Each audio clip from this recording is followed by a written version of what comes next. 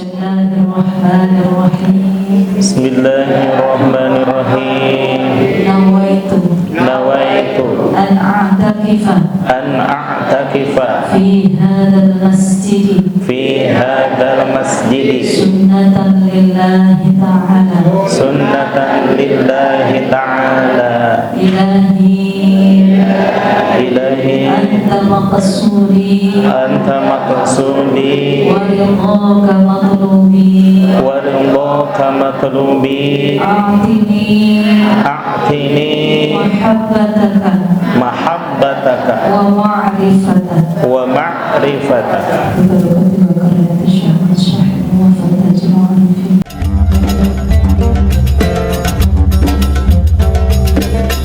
Jangan pernah menyebut Syekh Atha'illah katanya. Sebut saja Ibnu Atha'illah.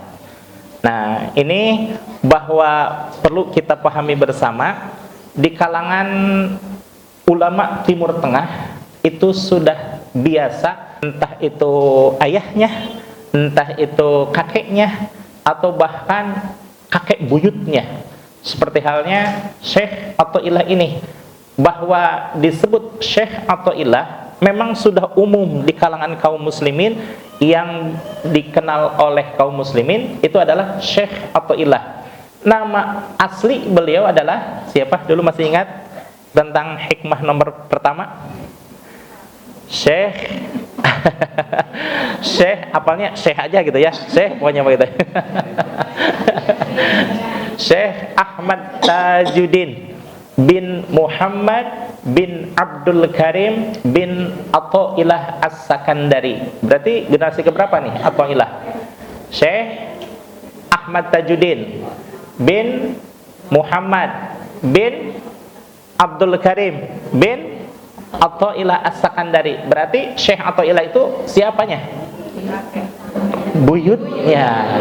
Dan Syekh Ahmad Tajuddin itu adalah cicitnya. Kenapa disebut seperti itu? Karena sudah terbiasa bertafa'ulan dan bertabaruk kepada leluhur-leluhur yang paling soleh. Betul? Seperti halnya kita mengenal Imam Syafi'i.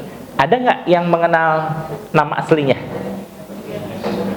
Taunya Imam Syafi'i aja gitu ya.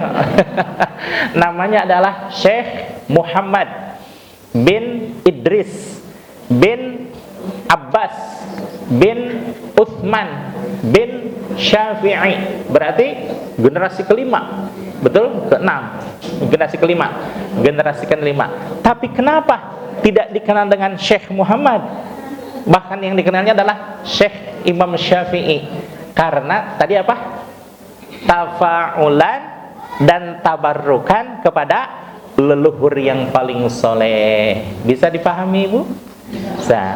Walaupun tidak semuanya menggunakan kesolehan leluhur-leluhurnya. Seperti halnya Syekh Abdul Qadir Al-Jailani.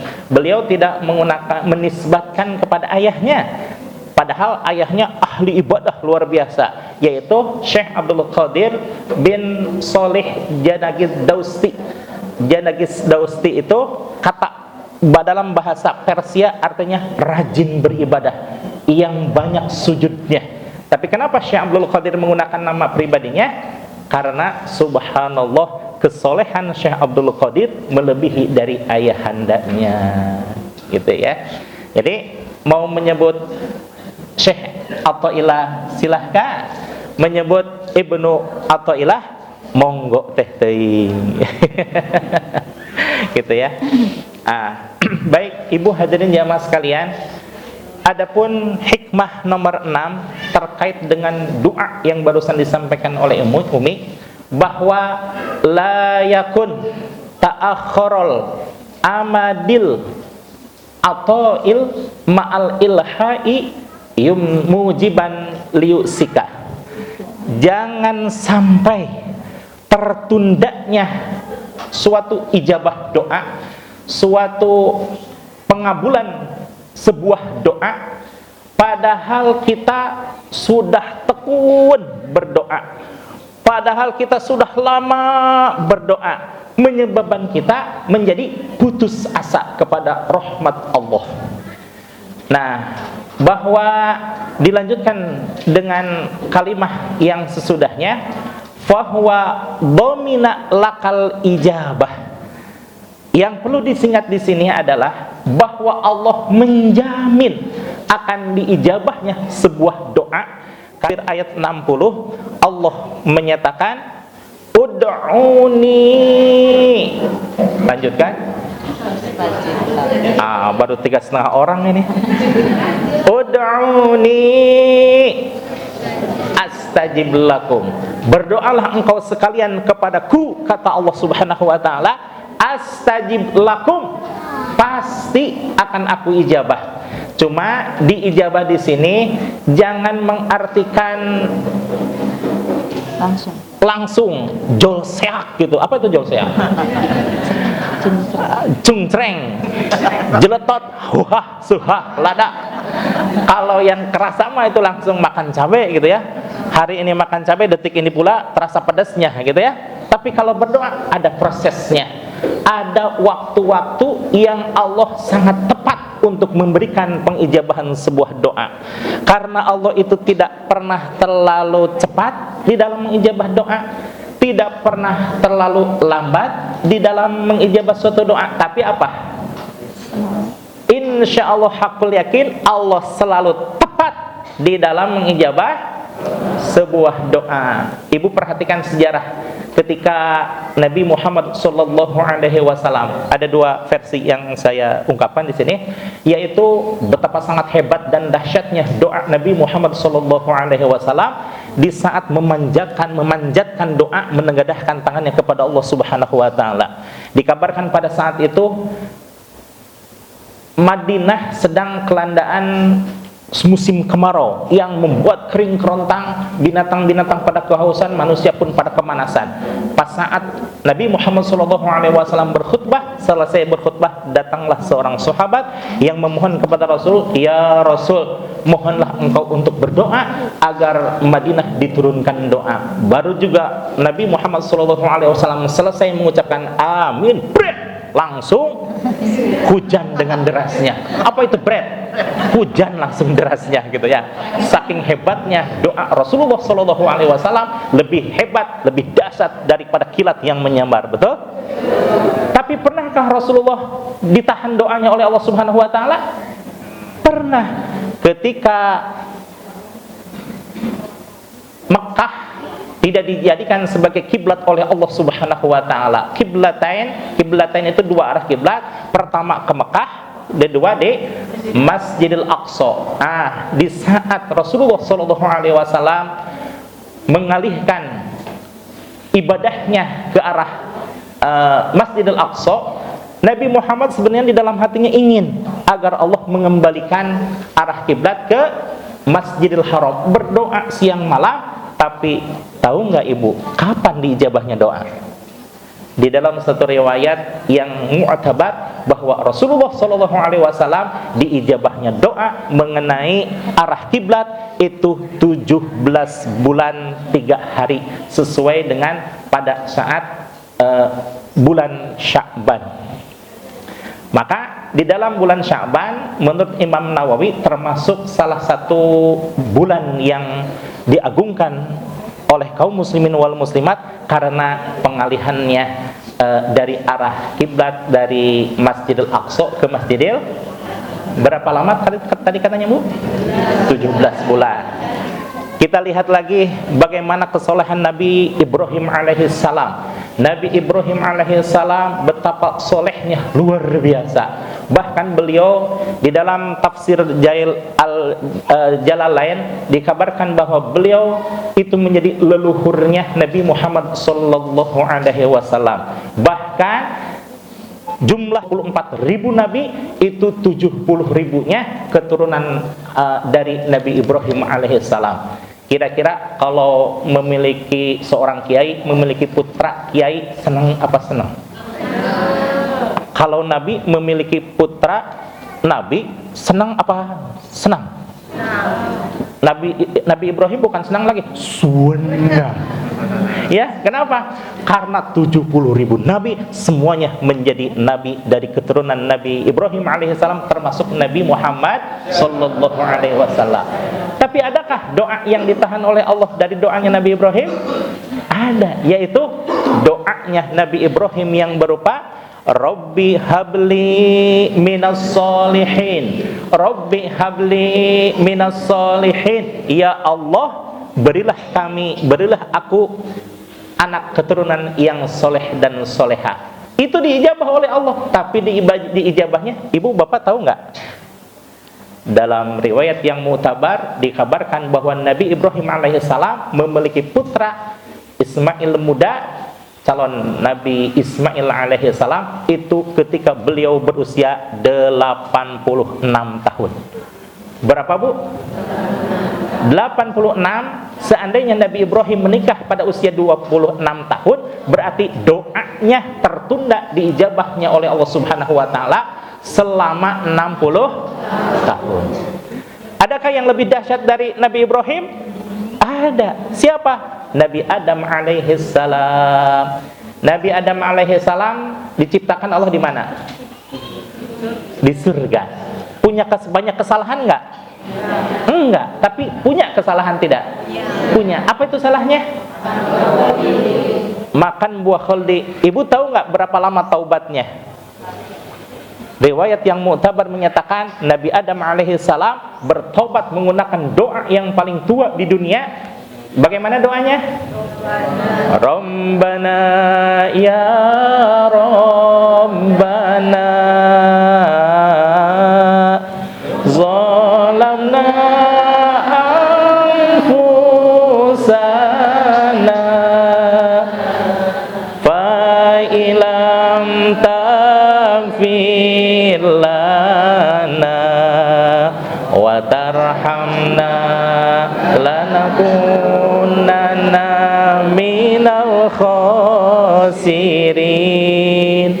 Berapa lama doa itu dipanjatkan? Tiisuk jegur ka sore jeger ka puting jegir selama 200 tahun. Ibu kalau doa 200 tahun yang ada pegel apa ikhlas? Kalau saya mah pegel pasti itu ya. Tapi Nabi Ibrahim santai saja, berdoa tiap hari, berdoa tiap malam, beristighfar menggunakan doa yang sama selama 200 tahun. Baru diijabah oleh Allah Subhanahu wa taala ketika Nabi Ibrahim menggunakan doa yang itu didapatkan dari Allah Subhanahu wa taala. Fatalaqa Adamu mir rabbihi kalimatin fataba alaih. Al-Baqarah ayat 37. Fatalaqa, kemudian Nabi Ibrahim alaihissalam menerima pembelajaran. Pembelajaran di situ apa? Laqona yulaqinu talqinan. Mendapatkan talqin zikir dari Allah Subhanahu wa taala. Kalimatin, beberapa kalimat. Ada para ulama yang mengartikan kalimatin di sini dengan tawasul kepada Nabi Muhammad sallallahu alaihi wasallam. Yang kedua, bahwa kalimatin di sini bermakna lafaz an-nafyi wal isbat, yaitu la ilaha illallah. Setelah Nabi Adam alaihissalam menerima talqin tersebut dan menggunakan kalimat tersebut untuk bertobat atas dosanya yang cuma satu, fataba alaih, serta merta Allah pun menerima taubatnya Nabi Adam alaihissalam. Berapa lama tadi? 200 tahun. Apakah ada yang lebih dahsyat dari 200 tahun? Ada. Ada, Bapak Ibu dan hadirin jemaah sekalian. Siapa itu? Doanya Nabi Musa alaihissalam. Bagaimana doanya Nabi Musa alaihissalam? Padahal beliau seorang kalamullah, Nabi yang sangat alim, Nabi yang sangat soleh, Nabi yang sangat banyak ibadahnya, 950 tahun digunakan untuk beribadah.